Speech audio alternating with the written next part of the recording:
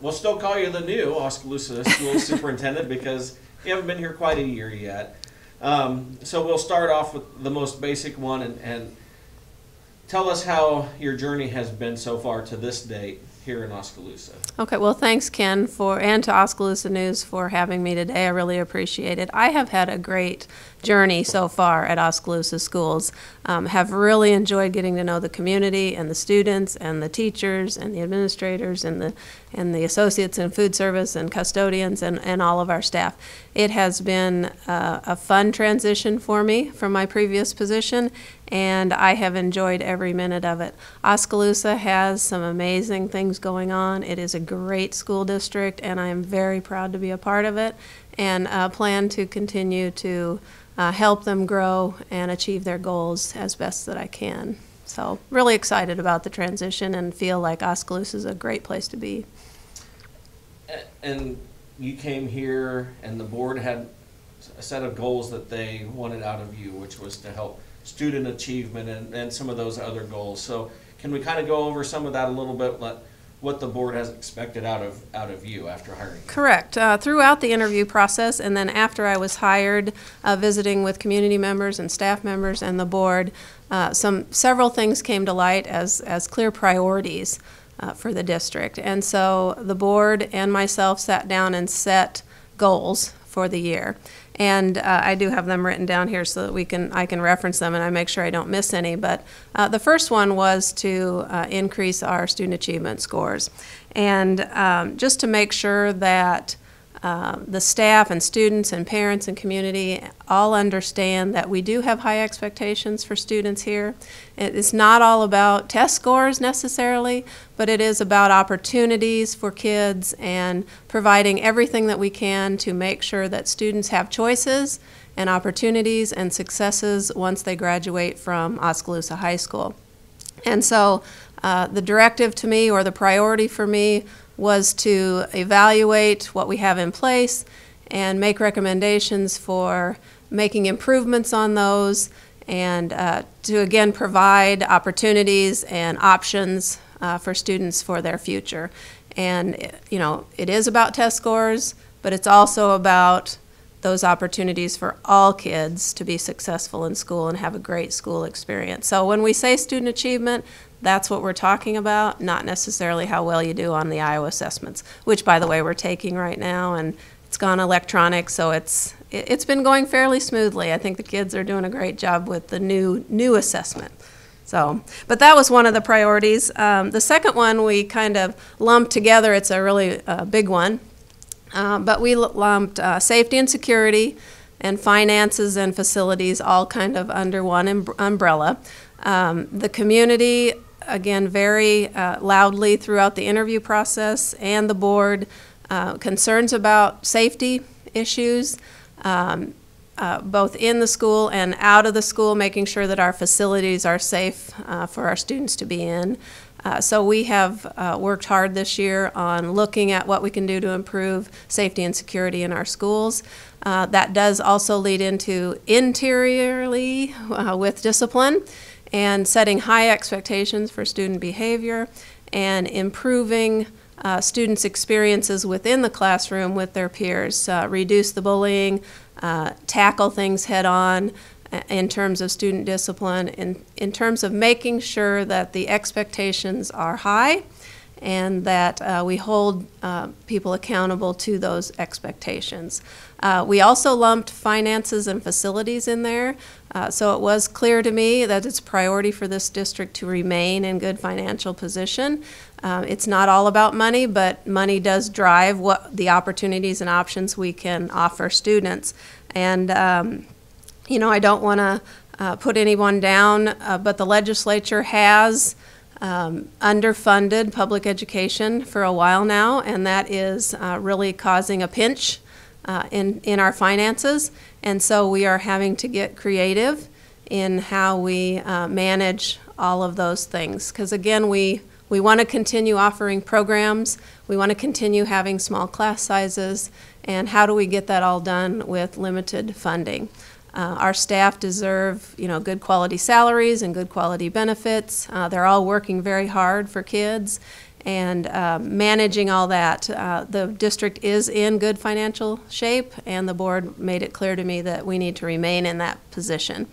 And then facilities-wise, the board feels strongly, as does the community, that we need to be proud of our facilities, and we need to maintain those and keep them up to snuff so that our kids have great facilities to go to school at. And I do believe we have wonderful facilities, and the board has been proactive in making sure that it stays that way. So that was another area of priority.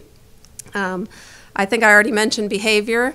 That was loud and clear throughout the interview process for me from a lot of different stakeholders and also the board to raise expectations for student behaviors, keep our buildings safe, hold students and staff accountable, and make sure that we are investigating and addressing issues as they come up. Again, to make sure that Oskaloosa Schools is a great place for kids to be and learn. And the last area was professional growth and or professional development. And oftentimes when we say that word, we think right to teachers and making sure that they get to go to classes and things like that, but it's much more than that. It is about growth as a district, and the board was pretty adamant that, and rightfully so, I agree with them, that I needed to set the expectation that this district was going to continue to be a leader among districts and show growth and initiative in all areas, and that we didn't want to be stagnant, that we wanted to continually grow and improve and make things better for our kids. And so those were the areas that the board established for me for the year.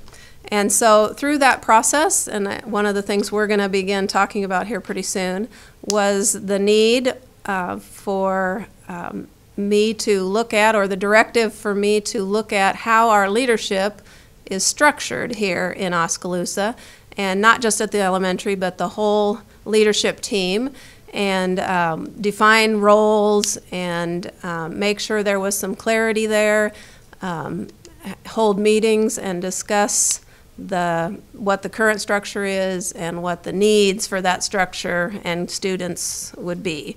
And so beginning about early November, that's when I started that process of evaluating and discussing with groups what the current leadership structure looks like and how it could change or mold into meeting our kids' needs. So the focus lately has been the elementary, because I think that's the one that is seeing the most or feeling the most change right now. For a superintendent, that elementary school has to be a challenge because it's the largest elementary in the state, and it comes with its own unique set of challenges to figure out how to make the best use of that facility when there aren't really many other examples of how to make it work good. Correct. Actually, there are some examples of schools that are reaching the same size as us. We're running about 930 to 950 kids out there. I'm going to draw a blank. Mason City. There's another one over on the Missouri River. I can't think of it right now, but there's another elementary school that they built that's a K-4 building, that's Lewis Central, that is a large 900 student elementary. So there are schools popping up with that same size of student population. Our elementary school, whoever designed that and built that, did an amazing job. It is set up and laid out very conducively for students. We are, in terms of facilities, I believe, a little shy. I know people might freak out when I say maybe we should add on some space to that building because it's already so big. But I do think it would help the building's management if we added a second serving kitchen and lunchroom so that we can get kids fed in a timely manner and not so crowded of a lunchroom space. We really are lacking some space for our music programs for band and orchestra, which is just an amazing program here. So to add some music space would be really beneficial to our student population. And then we're finding that we are missing some space for some of our at-risk students, in terms of some smaller flex spaces for small group instruction and teachers to work with students more on an individual basis. So we're kind of short on space there for the elementary. So we are looking at some long-range facilities planning for the district, and that would include some of those ideas. And I know once we get going on that, that will involve stakeholders in that conversation about what they see the needs are and staff and that kind of thing. Again, this is a long-range plan. This isn't something for tomorrow. It obviously would be a phase-in or a larger discussion, but the district is looking at those kinds of things. So it's not just facilities, it's personnel. What sorts of people, and just to preface this, most people may not be aware, but when there are personnel issues, that's a very private sort of matter. Absolutely. I am by law bound to keep personnel information confidential, the good and the bad, which is unfortunate because sometimes there's some really great things going on that I'm not allowed to share. Now the person can share them if it's about them, but I'm not able to do that. And I supervise the administrators. And so as someone's direct supervisor, I cannot comment on to whether their performance is beyond what I expect, at my expectation, or below my expectation. It would not be professional for me to make any comments about that. Personnel information is confidential by law. But we've set out some pretty interesting information that says that you've been directed to look at how the school system in general is running. And right now, at this point in time, the elementary has kind of got the laser beam on it. So yes, they do. And so with that comes, as you just said, maybe some physical changes coming to the facility, but also those people that help shape the students' lives, those personnel that you directly supervise, and how the buildings run, and that created some conversation, maybe some controversy, and knowing that you can't speak about those people or individuals, can you kind of give an overview of what your general plan is to how to make without naming people, of course, but how to restructure this that you would like to see it so the building runs efficiently? Sure. It actually wasn't my decision. It was a group decision. I guess ultimately it's my decision. But I started meeting with a group of representatives from each grade level and special areas and those kinds of things at the elementary, along with some board members and a community member.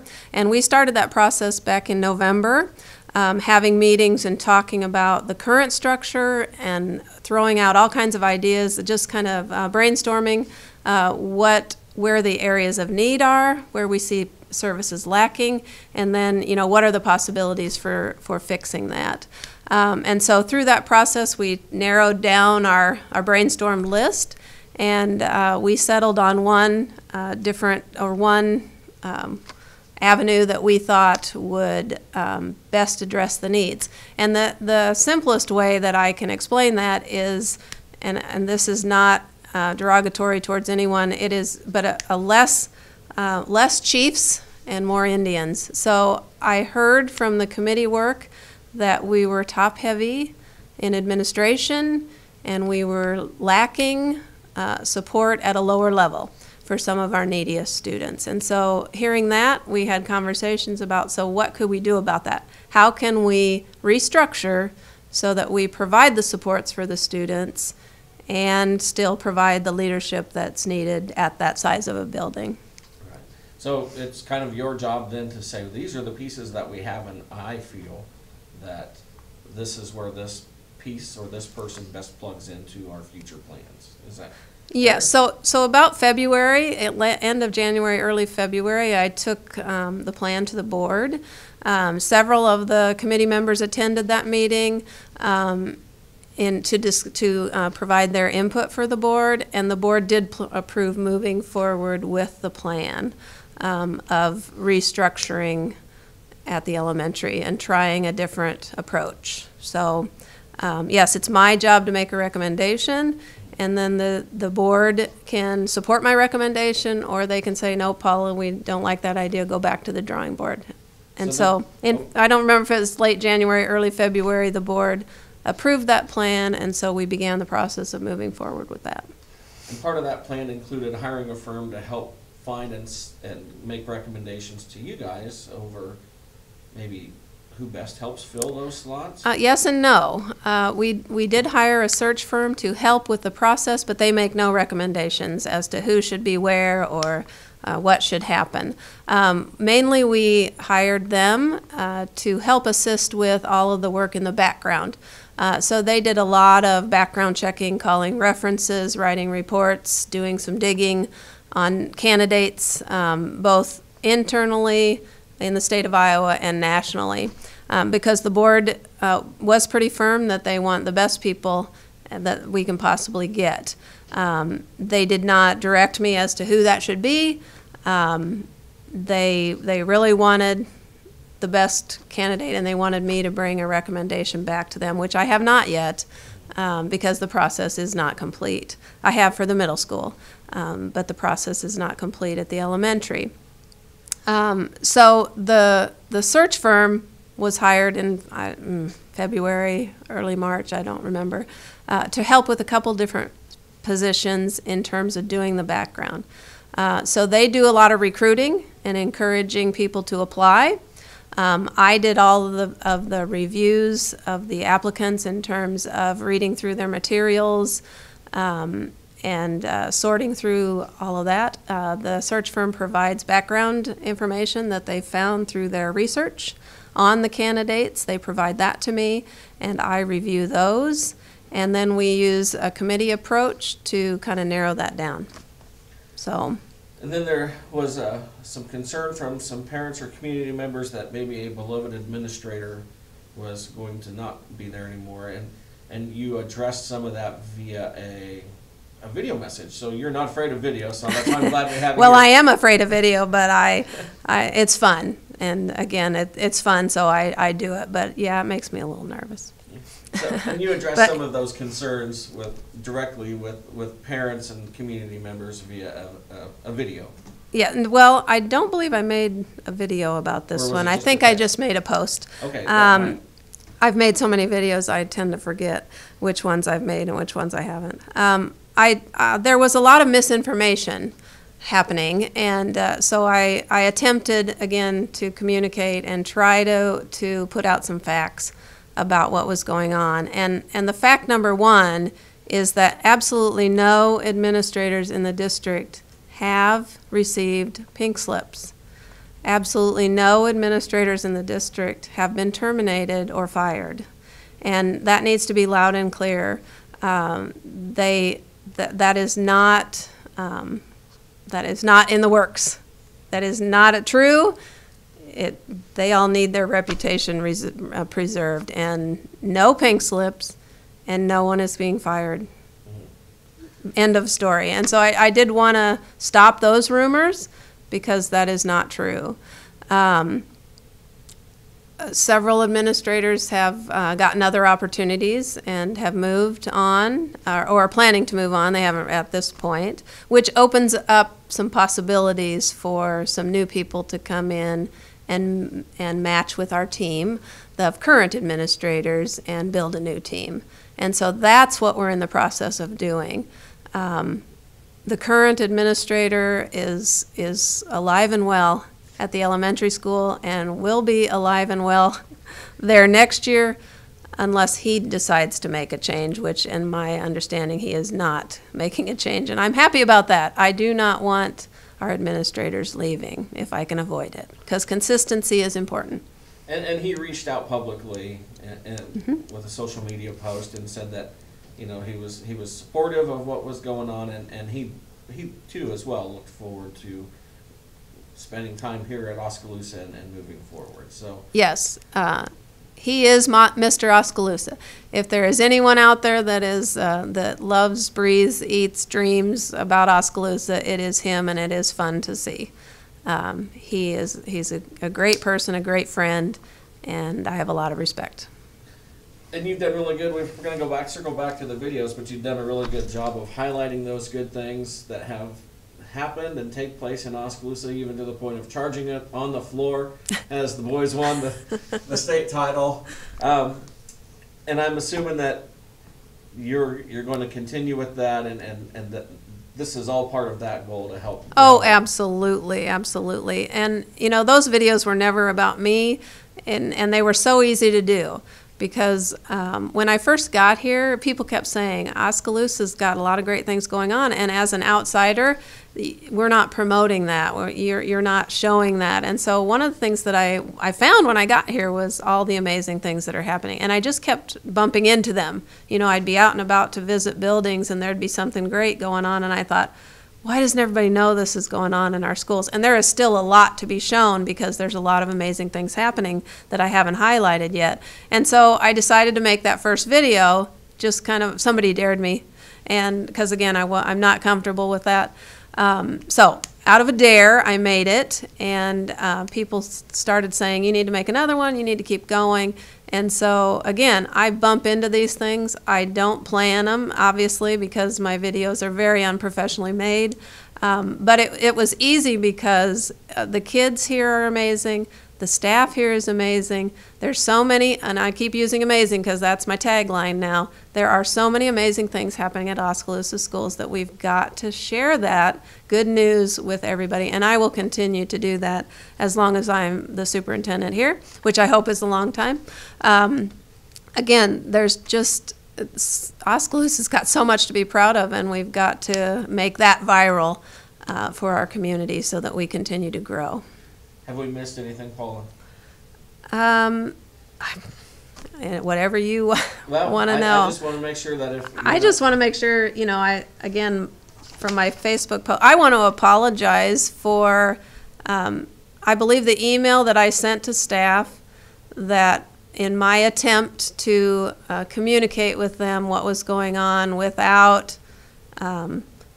giving too many details, out of confidentiality, I think is what started this. And so I take full responsibility for sending out that email, or not following up with it, or I could have worded it better.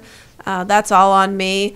And I feel bad, and I apologize to all of them for any stress that I would have caused, or to any of the administrators, or to any of the parents or community members that, you know, were upset about that. So I, you know, continually try to self-reflect and want to improve my practices as well. I can assure everyone that my intention was to communicate. Obviously, I didn't do that well. And so need to self-reflect on that, on how I could do that better. Also, my attempt, again, on social media to put out some facts was the same thing. My intentions are honorable and good. So I just want to make sure that we've covered all the points. There is a committee involved in this process. Ultimately, it is my recommendation to the board, but I do take seriously the committee's input. The committee will remain involved. I've heard from the committee members that they are excited to still be involved in this process, and it really is a puzzle to see how all of the pieces are going to fit. And again, no one is pink-slipped, no one is getting fired. My intention is to have the same people helping next year, doing the same kinds of tasks they're doing now, working with our kids and meeting our kids' needs. Let's see, did we get everything? We did hire a firm that's helping with the background, but they do not make decisions on any of it. That is our choice as a district. Did we cover everything? I'm thinking so. Okay, it's probably a lot longer video than you wanted to. I get long-winded sometimes. No, you did just fine. I do appreciate Oski News for everything you do, and supporting the schools and the community, and making sure people are aware of what's going on. So thank you, Ken. Oh, well, you're most welcome. So have a great day. you too.